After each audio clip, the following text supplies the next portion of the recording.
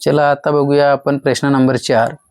पुढीलपैकी कोणत्या जोडमूळ संख्यांच्या जोडीची बेरीज ही 1 ते 25 मधील मूळ संख्यांच्या बेरजेपेक्षा 44 ने जास्त आहे? पर्याय दिलेले आहेत 4. मग प्रश्न वाचल्यानंतर समजला असेल या दिलेल्या चारही जोडमूळ संख्यांच्या जोड्या बहुतेक असतील. उदाहरणार्थ 71 73 जोडमूळ आहे, 41 आणि हे 83. 41 83 खूप फरक आहे, 2चा फरक नाही, म्हणजे या जोडमूळ नाहीत. 59 61 जोडमूळ आहेत, 2चा फरक आहे.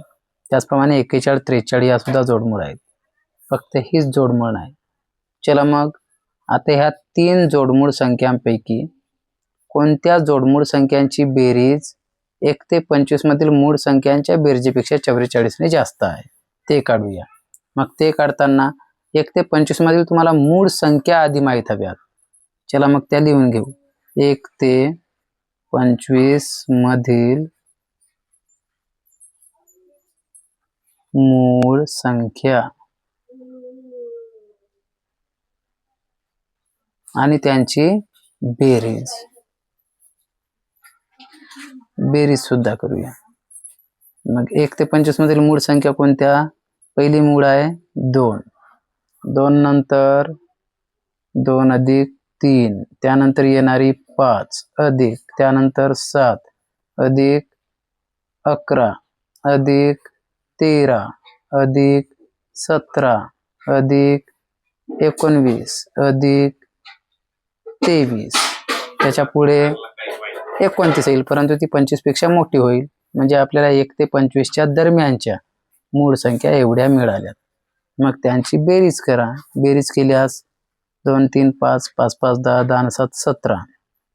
17 ने 1 एकक स्थानचे अंक घेतो. 17 ने 1 18, 18 ने 3 21, 21 ने 7 28, 28 ने 9 37, 37 ने 3 40, 40 से 0 हातचे 4. आता दशक स्थानची बेरीज 4 आणि 2 6, 7 8 9 10, म्हणजे 1 ते 25 मधल्या मूळ संख्यांची बेरीज आली आहे 100. आता या मूळ संख्याच्या बेरजेपेक्षा 44 ने सुद्धा जास्त आहे. म्हणजेच ह्या कोणत्या तरी जोडमूळ अशा आहेत की त्यांची बेरीज या मूळ संख्याच्या बेरजेपेक्षा म्हणजे 100 पेक्षाही 44 ने जास्त आहे. मग ती बेरीज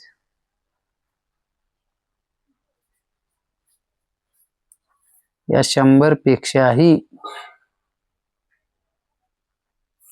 44 ने जास्त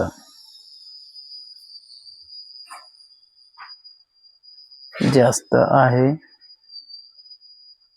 म्हणजेच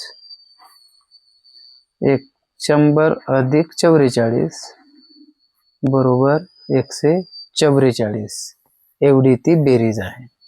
ठीक आहे. मग आता ही 144 बेरीज कोणत्या मूळ संख्यांची येईल? बेरीज करून पहा. पहिली बेरीज 71